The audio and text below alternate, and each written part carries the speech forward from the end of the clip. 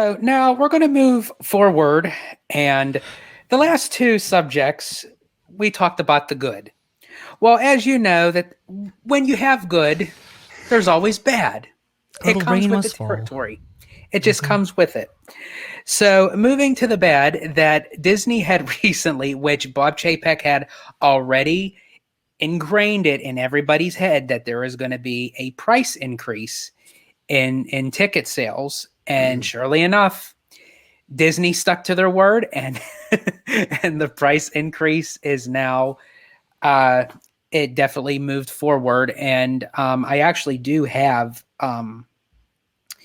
the changes in the tickets. The one to For Walt Disney World, the 1 to 3 day tickets remained unchanged. That stayed the same. Yeah. For the 4 day tickets, it was arranged depending on the time of the day that you go, or weekend, weekday. It ranged from $434.83 to $596.74. Now with the price increase, it went up to $447.70, but the max amount stayed the same at $596.74. A 5 day ticket, $463.56 to $630.85, and then it moved up to 880. I'm sorry, not eight. God, can you imagine that one? $484.52 to $647.87. So roughly, it went up about, for the multi-day tickets, and those are the ones that got hit the most. Is about like a between $12 and $14 range for those tickets. Now, George, can you tell me, had they done variable pricing on multi-day tickets before this? That's the strange thing. I've never really seen anything like this before, where it actually showcases specifically for the multi-day ticket. I've seen a lot happen with the single day, like a 1 day ticket. Right. But for the multi-day ticket, I've never, for Walt Disney World at least, I'm not sure as far as what Disneyland goes, but this is a pretty big jump as far as for the multi-day tickets. And those, and Disney even announced and said the multi-day tickets are the ones that are going to get hit with this price increase.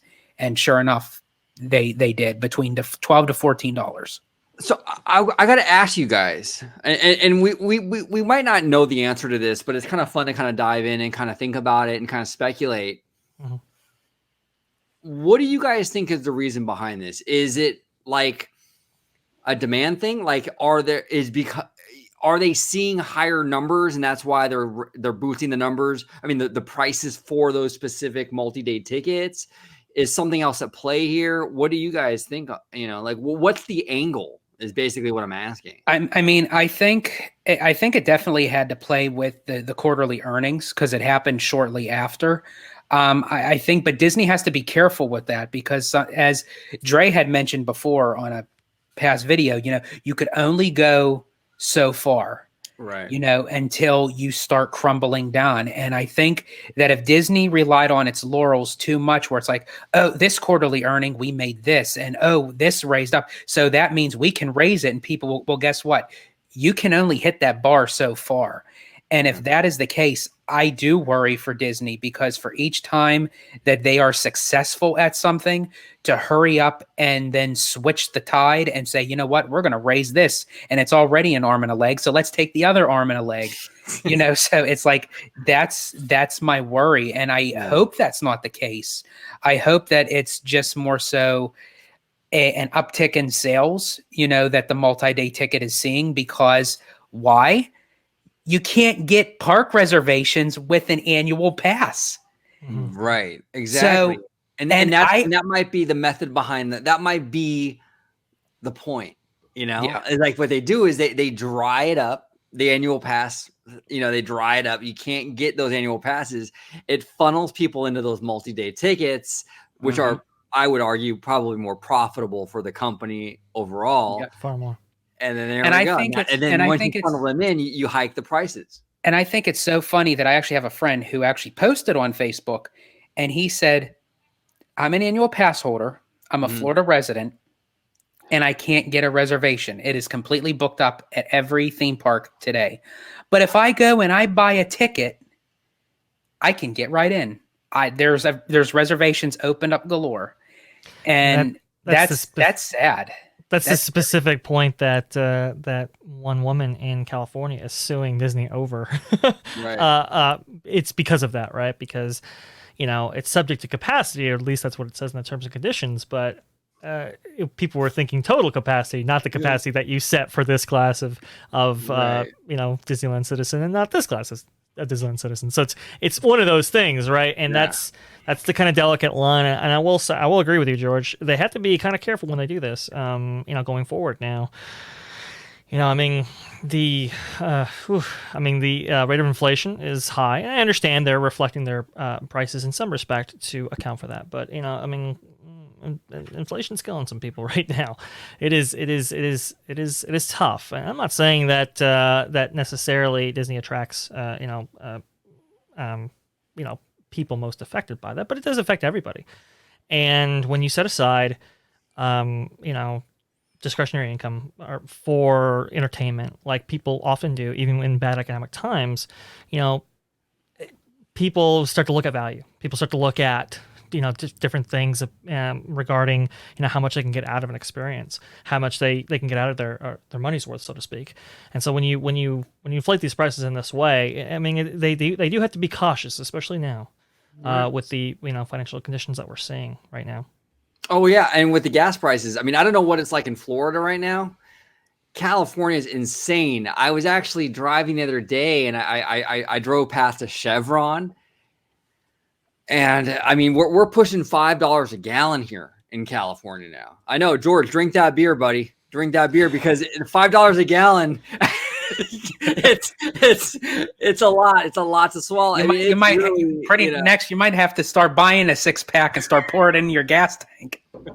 It's insane. It's absolutely insane. But so the price. Sorry. Got it, OG. No, I was just gonna say the price to do these, even if you're a local, like if I'm in California as a Magic Key holder and I want to go to Disneyland, I live an hour away. But $5 a gallon of freaking gas, I mean, that's going to be an arm and a leg for me just to go to Disneyland. And I'm not even like a tourist. I'm just driving up there, and it's crazy right now. It's absolutely crazy. Go ahead. No, I was going to say, that's the ironic thing. Disney always was self-promoting itself as, you escape the real world. You leave the real world behind and you enter, a world of, yesterday, tomorrow, and fantasy, But they're also taking that at face value, because what Disney is not seeing is the real world expenses. Right. There are places that still have below minimum wage. There's, companies that, they're dying for employees, with everything that's been going on in the world, people are still trying to recover from all of this. And yet these prices are going higher, for which, if someone's going to pay it, Disney's going to do it. Right. I mean, they're a business first and foremost, but at the same time, when is enough where the real world stays here, but Disney keeps on ticking up, so it's like you're at minimum wage here, right? But then you're spending executive prices up here. And it's like, for me, I can usually do like a year and a half of planning for a Walt Disney World vacation. Mm-hmm. Typically, to save, to budget, to plan, book everything. I mean, pretty soon, I think it's going to be for a normal average family that they're going to have to literally take 4 to 5 years of planning and saving just to do one trip, depending on the size of their household. Well, yeah, and you have a lot more options now in Orlando, and you're going to have more options once Epic Universe opens. Right. So there's going to be a lot. The Orlando market, I think, and this is just my speculation, I could be completely wrong. I've been wrong many, many times before, but my kind of prediction here with Orlando is that it's going to shift drastically from sort of like a all-inclusive, like, the family stays for like a week to get everything done, into a more like kind of like a pick your own adventure kind of thing, where people really just, we're going to take this park, we'll do that park and this park, and kind of it's going to be different. I think it's going to be different, because there's no way now especially when Epic Universe opens, that an average family can do the whole Walt Disney World thing, the Star Cruiser, and then hop over to Universal and do 2 resorts over there. It's not going to happen. The dynamic is going to have to change over there.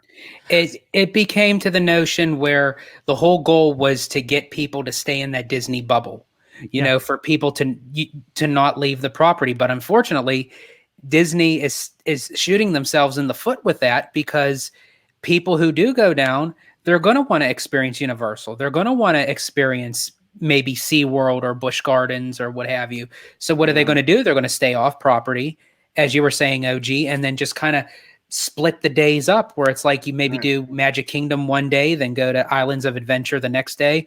It's, you know, before it was just honed in on as Walt Disney World as, okay, you stay on property, you use the transportation.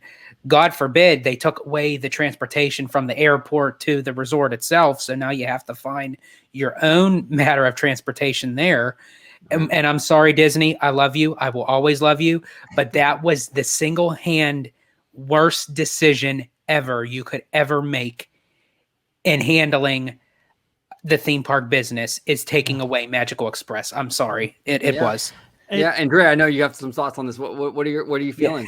Oh, so many. it's an endless amount. Sorry, I'm gonna have to go on a diatribe a little here, fellas. I do apologize. But look, the Disney bubble, getting rid of the Magical Express. I mean, that's just a crazy decision. I mean, right now, used cars are up 40% from 2 years ago. I mean, they're just insanely high, and that also affects the availability of rental cars. Rental cars are extremely expensive, and that's when you get down to, Orlando itself, like you said, OG, with the transportation costs. I mean, like the gallon of gas that you want to take, you want to get everybody into the the vacation roadster, and go all the way down to Orlando. Good luck, with these gas prices all across the country. I mean, it's the energy crisis, the energy prices are insane, right? And then that relates to jet fuel as well. You're going to be paying more to get down there via plane, or no matter what mode of transportation that we know about. We've seen this before with the 70s, right? When Walt Disney World opens, the oil crisis hits, and that really does hurt Walt Disney World attendance. And I just kind of worry, with all of these kind of inflationary conditions that we're seeing, what is the Walt Disney World experience going to look like, when this stuff starts to kind of really hit people? I mean, for example, right now, I believe, that the new number for inflation given out based on CPI of today was about 7%, right? To put that into perspective and to quantify what that means, at 7% inflation, let's say you put $100 in the bank, right? Take $100, put it in the bank, and just let it sit there for 5 years. If that 7% inflation number is consistent, right? Well, by 2023, you have $93. By 2024, you have $86. By 2025, you have $79. 2026, $71. And in 2027, 5 years, $66. That currency would have devalued by an entire third. That purchasing power of that $100 would have devalued by an entire third just by sitting in the bank. That's the kind of inflationary rate we're seeing right now. And I just kind of worry, I understand, obviously Disney has to price accordingly with the inflation that they're seeing on their end too. Right. But at the same time, it's like this is a lot now. And the way they've kind of, stripped out the all-inclusive nature of it and have kind of, nickel and dime people in the way that they have, and separating services that used to be included and are now an extra upcharge. I mean, people are going to be looking at, Universal, SeaWorld, and all the stuff they can do in Orlando and go, do I really want to spend all my money at Disney, especially for what I'm getting and for the price I'm paying? Well, remember, the CFO has the best interest at heart, to cut down those food portions for our belt size. Hey, Dre, what's that nickname? Oh yeah, Christine Wastelands McCarthy, the CFO. There it is. I'll drink to that. Now we do have a special guest that's going to be joining us in just a second. I'm going to go ahead and bring him on. He wanted to dive into this topic. Do you mind, George? If you absolutely, let's bring him on. Let's bring him on. Hold on. Multiverse OG 55 has a few comments in regards to the price hikes. Here. Oh, snap. Here he comes. 5 here coming at you. Hey, look, price hikes at Walt Disney World, no shock at all. No shock at all. The price hikes at Disney have been outrageous. Absolutely outrageous.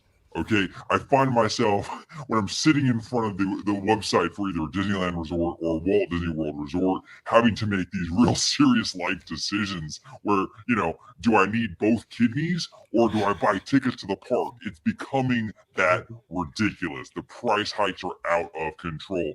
But hey, guys, you know what? On the bright side, the parks are going to be real empty soon because they're going to outprice everybody, and the only two people that will be able to afford these parks will be Jeff Bezos and Jay-Z. And hey, more power to them. I hope Jeff and Jay-Z have a great time at the parks because no one else will be able to get in. Not with these damn prices. This is absolutely insane. Absolutely insane.